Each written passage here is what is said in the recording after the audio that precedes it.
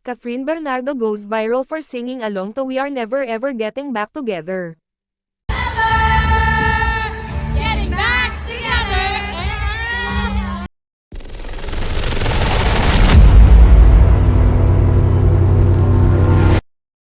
Viral at usap-usapan ngayon sa social media ang video ni Catherine Bernardo kung saan makikita siyang enjoy na sumasabay sa hit song na We Are Never Ever Getting Back Together ni Taylor Swift.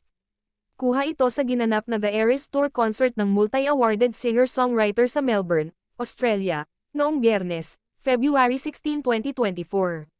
Isa kasi si Catherine sa libu-libong fan ni Taylor na hindi pinalampas na masilayan ng personal ang idol niyang American singer. Sa Instagram stories ni Arise De Santos, ang matalik na kaibigan ni Catherine, makikita ang aktres na bigay na sumasabay sa pagkanta ni Taylor ng We Are Never Ever Getting Back Together. Mabilis itong pinag-usapan online. Marami sa netizens ang binigyan ito ng kahulugan. Anila, halatang may pinaghuhugatan daw si Catherine nang bigkasin ang lyrics ng chorus na We are never, ever, ever getting back together. We are never, ever, ever getting back together.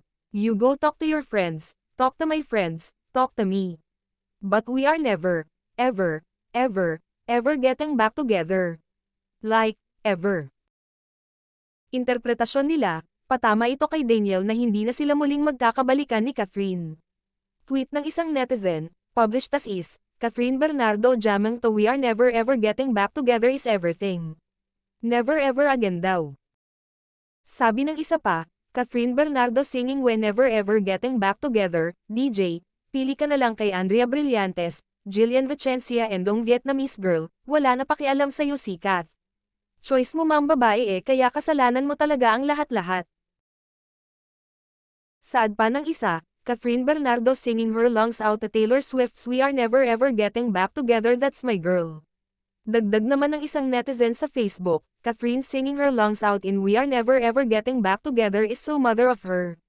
Tama behavior go girl.